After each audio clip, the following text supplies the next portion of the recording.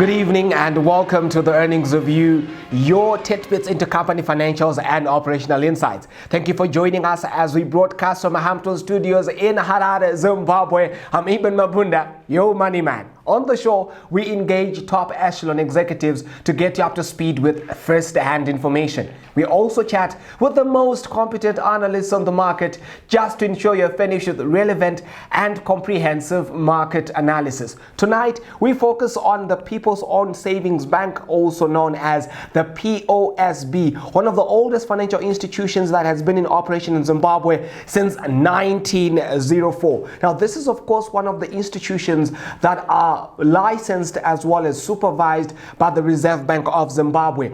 The entity has over 500,000 clients spread across Zimbabwe, boasting of a branch network of over 35 branches spread across Zimbabwe. In addition, the bank also has 240 agencies spread across the country which operate through ZimPost as well as retail outlets for Mikos Africa.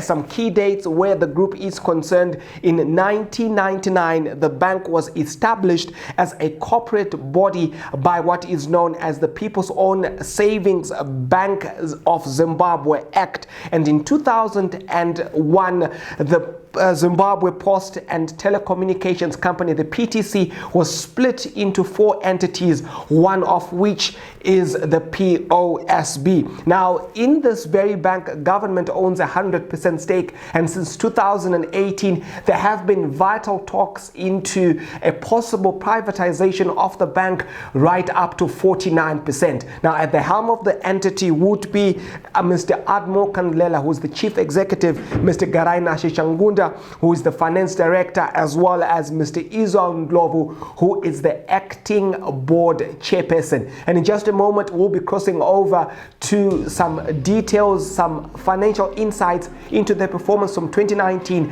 right up until 2020. Now, don't go anywhere.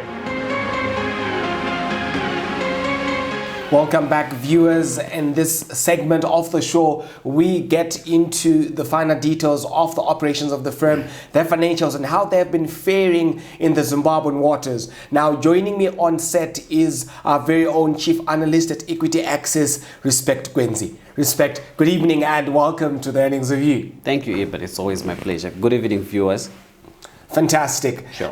Now, Respect, before we get into a breakdown and a comprehensive analysis of their financials as well as operations, I want us to have a look at an earlier presentation of the financial performance of the POSB from the executive, particularly Mr. Admo Kandlela, who gets into the teensy-weensys of how they're performing vis-a-vis the economic turbulence that we have playing out in Zimbabwe. Now, Respect, this is a savings bank that is operating in Zimbabwe where there is very much economic turbulence and several market vagaries. In a nutshell, what can you tell us in as far as the bank is concerned? Yeah, so POSB was created as a statute. It's a quasi entity. It's an entity which is controlled by the government, but it was created with a view of trying to mobilize savings from the working public in the formative years of independence. But the bank has a history beyond that. But I think looking at its mandate, obviously it's the only bank which is a savings bank in Zim, but it also plays in the commercial banking space.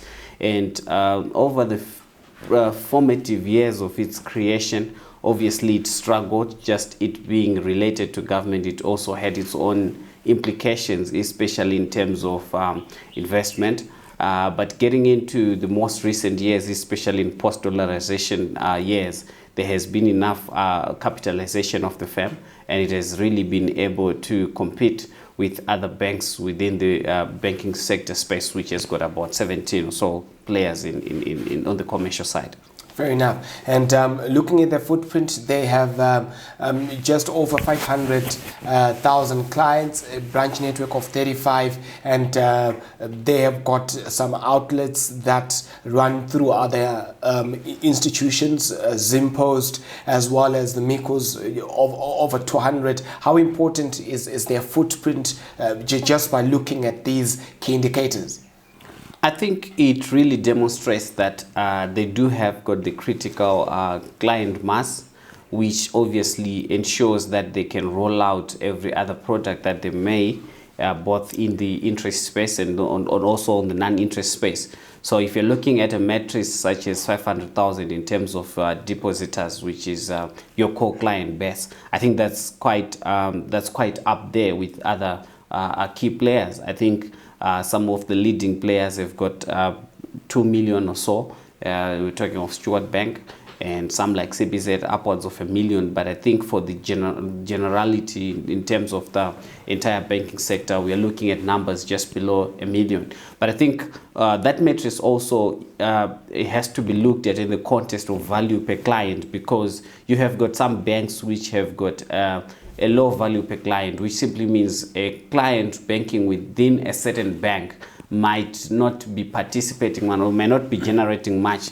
in terms of revenue for the bank. It's mainly because of how deep your pocket is. So if most of your core clients or most of your client base is composed of people with low earnings, you also expect them to do less transactions on their whether it's internet banking platform or within branches, but that also reduces to low value in terms of fee or even commission income. So I think POSB has got mainly pensioners and some of government employees as well, who are at the core of their client base. But still, that number is quite impressive to me. And also looking at the branch network and how they've been able to leverage some of these quasi entities like you mentioned post office, all those, the post and telecommunication services.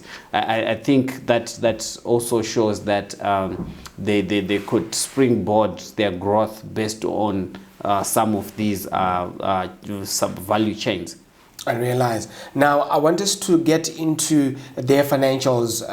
Of course, these financials that we just had a look at were presented during their annual general meeting, where they take the time to get into their details to explain to their shareholder, who's, of course, the government that owns a 100% stake.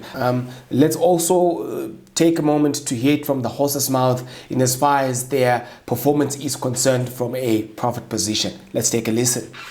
The slide you are seeing, Chairman, it shows the performance of the bank over a period of 5 years from 2015 up to 2019. What we've attempted to do, Chairman, is to highlight the key performance indicators, or I would say key performance drivers.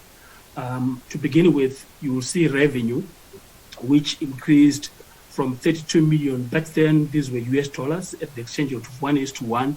And by end of 2019, we're able to record 314 million Zimbabwean dollars in terms of revenue. The other key item, Chairman, that I would wish to highlight is the issue of expenditure. If you look at 2019 column, you will notice that we're able to restrict growth in operating expenses. Yeah, the long and short of this slide is that the results of the bank demonstrated the resilience of our institution. If you look at deposits as reported by the CEO, you will see that we're able to achieve deposits of 335 million by the end of December 2019. If you also look at our total assets, from way back in 2015, we had 133 million US dollars worth of assets, but we're able to grow that to 678 million in Zim dollars as at end of 2019. What we experienced in 2019 and the magnitude of currency depreciation within a very short period of time from January to December resulted in the loss of value in real terms, given that the bank is largely, I would say, is largely exposed to financial assets denominated in Zim dollars. If you look at the column in the middle, you see the percentage change in terms of elements of our balance sheet were largely negative, an indication of the effect of inflation on our balance sheet. As I've said earlier on, we were exposed because most of our assets and liabilities are in monetary values. Of particular interest, given what is also playing out in the economy, would be the non-performing loans ratio. It has pretty much moved from 17% in 2016, and now we're talking about 5% vis-a-vis an industry average of 1.8%. Let's listen to the POSB executive give us details where that is concerned. Let's take a listen. What this slide depicts is the ratio of non-performing loans to the total loan book. Again, you can see a stage improvement from 2017 up to 2019, where we closed the year at 5%. 5% is an acceptable ratio in terms of the level of bad debt that we should have. I think what would be of prime importance to begin with would be how they have been performing in as far as their profit is concerned, because with most of these government-owned institutions, there have been concerns in terms of how they have been mal-operated, resulting in perennial losses. But the picture seems very well different, and as far as the POSB is concerned, this has been an entity that has been operating profitably over the past several years, dating back to 2015. It's a series of losses, $7.9 million in 2015, taking a jump then in 2018 to $109 million. Now, what is also important to note that there is the fact that in as far as historical terms are concerned for 2019, they posted a profit, but in inflation adjusted terms, there we've got a loss position of 265 million Zimbabwean dollars. How important is the movement in as far as the profit position is concerned for the bank? Yeah, for starters, this bank has really performed wonders, mainly because it's coming from entities that are obviously government related. It's one of the only few among the institutions that are owned by government that have been able to report a profit position. You could pick only maybe one or two others among the over 100 quasi entities. So that's really commendable on the outset. And also to be able to compete among private banks who are adequately capitalized, well organized, and have got enough resources to tap into all kinds of investments. I think it's really been a wonder. So I think this performance is really a reflection of how much hard work the bank has put into trying to expand its customer base, and also even trying to be as competitive in the mortgage on the mortgage business side, and in terms of even other interest related income business. But now, just to speak a bit in terms of this trend. Yes, the bank has been profitable coming from around 2014 onwards and up until 2018. But that climax also represents that movement or that shift in 2018 really, which was mainly driven by income from treasury bills, and obviously they earned a significant income from the interest earning portion, which was driven by mainly earning assets, which are TBs. So that growth really was also quite sector wide, but they also had a good contribution also coming from non-funded income, which is mainly transactional business. And transactional business augurs it's driven mainly by the number of customers that you have, but not just the customer base, but she's also looking at platforms, and they have been digitizing together with the broader banking sector, upgrading their core banking system, their banking application, and so forth, all other things that come on top of the core banking system. They've actually been able to push that up to a competitive level. So they have been able to generate a good income from those initiatives. And that's why from 2018 onwards, we're seeing that jump. But 2018, we are seeing some inflation coming into the market. We are also seeing huge growth on the economic side of the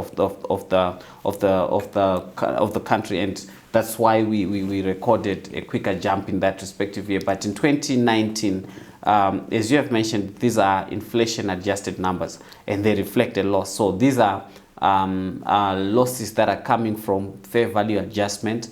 So when you are in an inflationary environment and you hold monetary assets more than you hold physical assets, it actually means that when we factor inflation, you may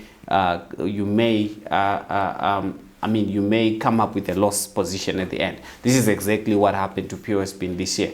But I think that fairly they are doing well in terms of profitability, in terms of income growth, but of course there's need to improve. If you look at how they've been generating revenue in recent years, particularly when you juxtapose their funded income vis-a-vis the non-funded income, you'd actually realize that there has been a significant jump in as far as the non-funded income is concerned, actually nearly doubling, if not doubling, how they're actually performing in as far as their funded income is concerned. I wanted just to have a look at that and to get your perspective in terms of the strategic focus of the bank and perhaps what we could expect from the bank, particularly going forward. This, of course, would be a chart that gives us the details with regards to the breakdown of their revenue generating ability. What can you tell us from that very particular development? Yeah, that's quite some good observation there. So for starters, if you're a savings bank, your core mandate is to be able to generate an interest on depositors' income. So you take people's savings and you are able to compensate their savings by putting an interest on the monies that they put in their account. So this bank was created with a view of trying to show up the savings in the country by the government of the day, that is in 1904. So now when you then find yourself in post-dollar in the dollarization period, that's 2009 to date, right, you are now looking or strategizing based on all the market dynamics, and you're looking at average interest or average interest interest charges in the market. What are the interest levels in the economy? Are you able to give people money out at an interest, or are you able to give out people money in a way that you can earn a sufficient interest to cover your costs? So whenever you don't have as much upside, even your ability to take in depositors' money is also affected, because a depositor wants an interest. But also for you to promise them an interest, you need to be able to express that money at a higher interest figure. So you're looking at what the prevailing environment is giving you. So of course, in early dollarization period, we didn't have inflation. But now coming into late years, into that dollarization period, you have hyperinflation, inflation actually coming in. So even the person who is bringing in their money and they are promised 2%, when you then look at inflation at 10 to 15%, you are like, my inflation adjusted income is negative. So why should I bank my money? Rather, I take my money out there and I earn a quicker interest by doing some other funny businesses out there. So there has been a disincentive to save in the economy broadly, and a disincentive to invest, because you are not adequately compensated by the environment. So we had average interest rates of about 8% in the market, but for depositors, your interest rates had to be about 2% or so. So that really was not sufficient. It's not sufficient in an economy which is not stable, and in an economy where inflation is always tending to or want to go up. So your core mandate of being a savings bank and being able to harness savings is challenged by the environment. Yeah, because I mean, it's not making sense at this point. There's no way that I'm going to take $1,000 in RTGS terms, move to the bank and put it in there. Yeah. I mean, that would be preposterous. So you end up attracting a significant portion of your clients or your income tending towards non-funded income, because most of the people who bank with POSB, like you said, these are pensioners. These are people who have been with the bank for a very long time, and they actually find themselves there by virtue of some other arrangement, which may not necessarily be independent of their own decisions. These are organizations that would have made decisions aligned to government's own directives and so forth. So I think that this tendency towards transactional business really reflects the engagement which pensioners get to do at branch level, and looking at this expands branch network and how pensioners get into this branch, trying to access this, trying to, and you see broadly that non-funded income now trying to pick up ahead of funded income. But lately, their digitization initiative has really endeared them with the younger generation. It has also even kept that older generation within their books, and that's why you then find your non-funded income pushing up. Now, respect, I want us just to have a look at what Atmos says with regards to how they're performing, particularly on a digital front. Let's take a listen. There's been a meteoric increase in that, moving from within the year itself, from the first quarter, second, third, fourth, and up to the first quarter of 2020. These have grown up to over 225,000, whereas the value of the transactions also were more or less peaked in the fourth quarter, and there was more or less a decline in that quarter, but the value kept on an upward trend because of inflation. They have been able to increase their clientele from 196,000 to 226,000 between the first quarter of 2019 right up until the first quarter of 2020 through an initiative that they have in as far as the digital front is concerned. How important is that very development where the operations of the bank is concerned? The future of banking is digital. It's a universally agreed position. Looking at how banking is evolving right across the world, I think digitalization is taking center stage. Why? Because it increases a consumer's ability to interact with the bank.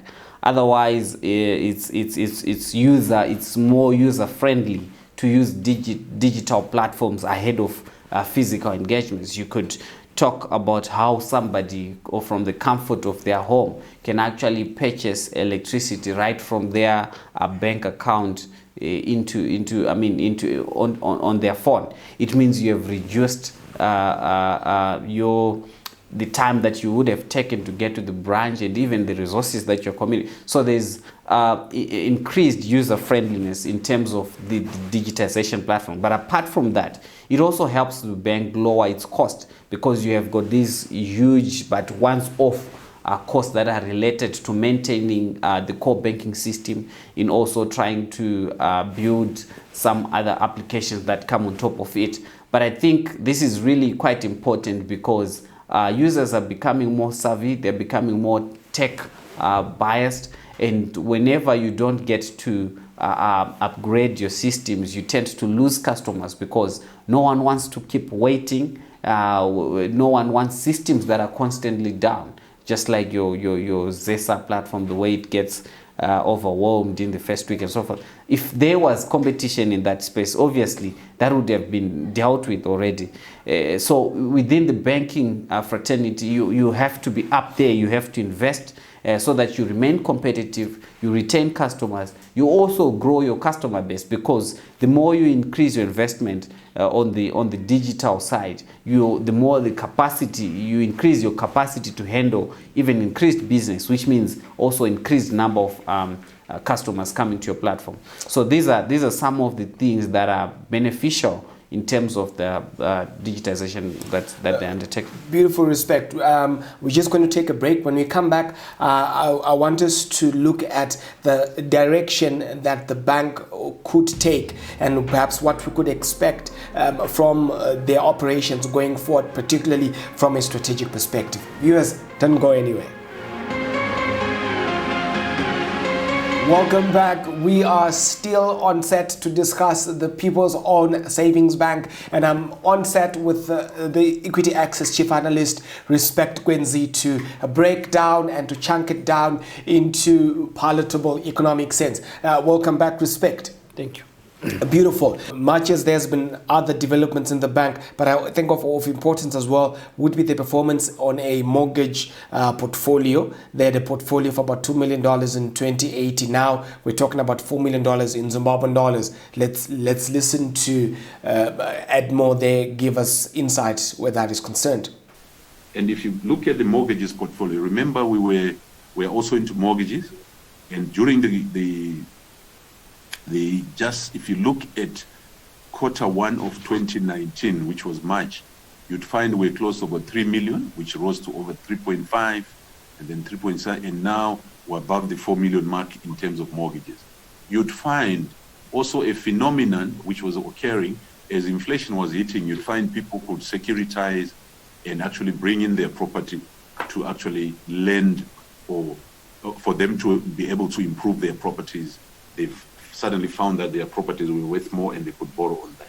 What can you read from the performance where that very index is concerned? So I think at 4 million, it's quite low. If you convert it to today's interbank, it gives you a figure of less than 40,000.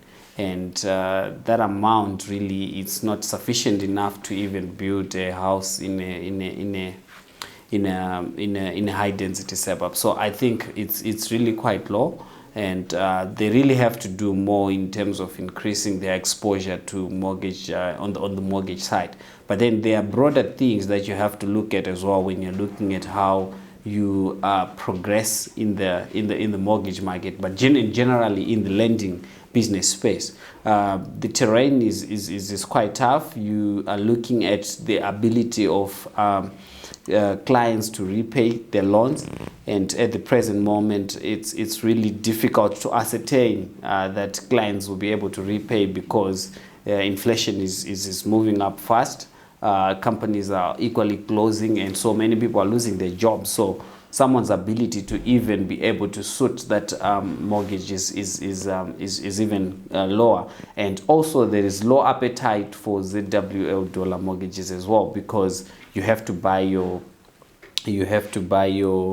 equipment that you use in terms of building a house in USD form. So I think that market is quite disrupted at the moment. Some banks like FPC have even suspended that side of their business. So I think it's too low, but also they have to really look in closely at what's happening in the economy to really see how to progress. The bank has an asset base of just below $1 billion Zimbabwean dollars. That's according to their most recent trading update. Given what's playing out in our economy, how important is that asset base? Is it good enough? Your perspective?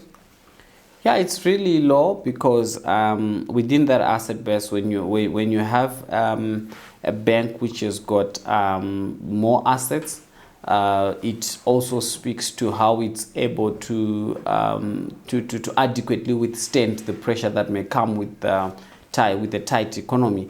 You need to be adequately capitalized. It's part of the balance sheet. You need to have enough working capital. You need to also have adequate assets to play around and meet your financial obligations, liabilities as and when they fall due. So a bigger balance sheet gives you the flexibility to play around and hedge yourselves in times like these. So you need a balance sheet which is bigger but also equally stronger. So for you to also have a stronger balance sheet, it means it's also about how you manage your assets, how you manage your loans, because that's the biggest asset there besides your plant and maybe other equipment. And now government, particularly the central bank to be specific, reintroduced new minimum capital requirements. And I would want to perhaps tie that with the talk or the discussion around the privatization of up to 49% of the bank. How do you perceive, particularly where the preparedness to meet the requirements set by the central bank? I think that, government does not look like they have the muscle right now to show up capitalization levels, especially if they're considered to be in USD. But the USD figure is also at an equivalent to the local currency. So you may see government playing around, just trying to satisfy that capitalization level. But looking at how government is really hard pressed for a fiscal breathing space, it really shows you that they may not be in a position to really cover that gap. But I think that the strategy at POSB really is to get a strategic partner, someone who comes in not only with the cash flow but with the technical expertise. So I think that they are equally looking at getting someone who can put in part of that money as part of capitalization of the bank. But remember, this is not the only bank that we have in Zimbabwe that is owned by government. There is also Agribank. These discussions have been going on since 2018, and government has been talking about the privatization of local institutions, the privatization of SOEs, and there's been much talk. But do you think the minimum capital requirements set by the Reserve Bank of Zimbabwe could be that inducing factor in terms of seeing the fruition of this so much talk that we've seen going on? I don't think, I don't know if I got you well, but I think that the issue of capitalization obviously is independent of a decision that the banks or the bank has to take in terms of whether it should get a strategic partner or not.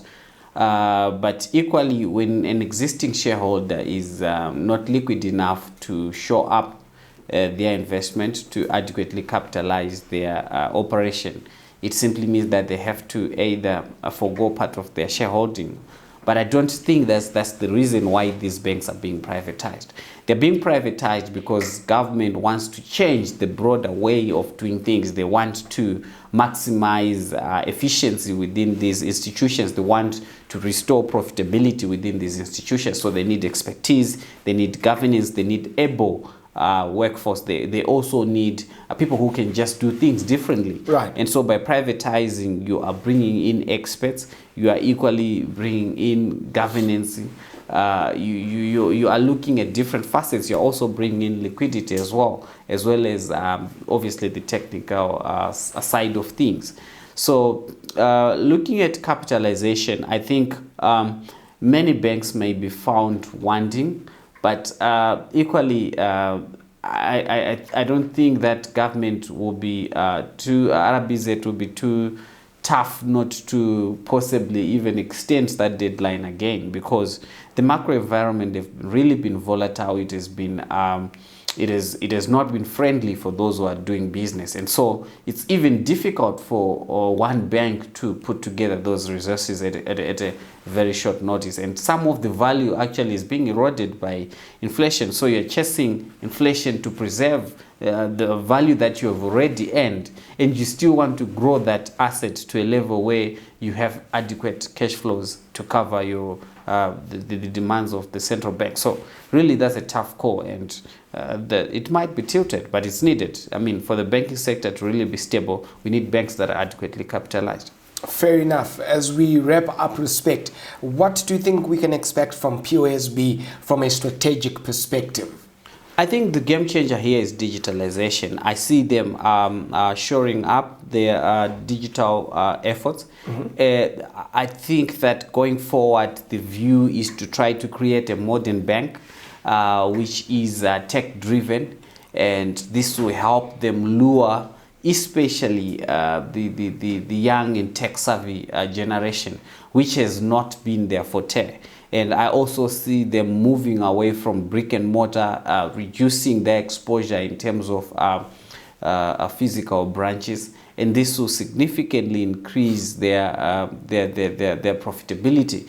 But they also have to play nice in terms of how they retain their existing customer base, which is composed mainly of the older generation, the pensioners and so forth. But the game changer to me is digitization and what it could mean for a generation that looks at POSB as a bank for the old generation. As follow-up to that, looking at the fact that they service a wide range of pensioners, how would that work, the digitalization on the one end and the idea there is not to kill everything all at once. It's a gradual process. And even those that are getting to become pensioners as well, there are some of it's those generations that also know how to utilize these tech services. So it's a gradual path, but really you need to have an offering that equally speaks to the future, and the future is digital, like I said. I realize. Well, thank you, Respect, for the perspectives. Thank you, viewers, for staying with us. Don't forget to like, subscribe, follow us on Twitter, Facebook, and to visit our informative website, www.equityaccess.net. Remember to catch us every Tuesday, every Thursday, 7 p.m. Central African Time on this very platform. From the Equity Access team and I, Dankie, and ciao.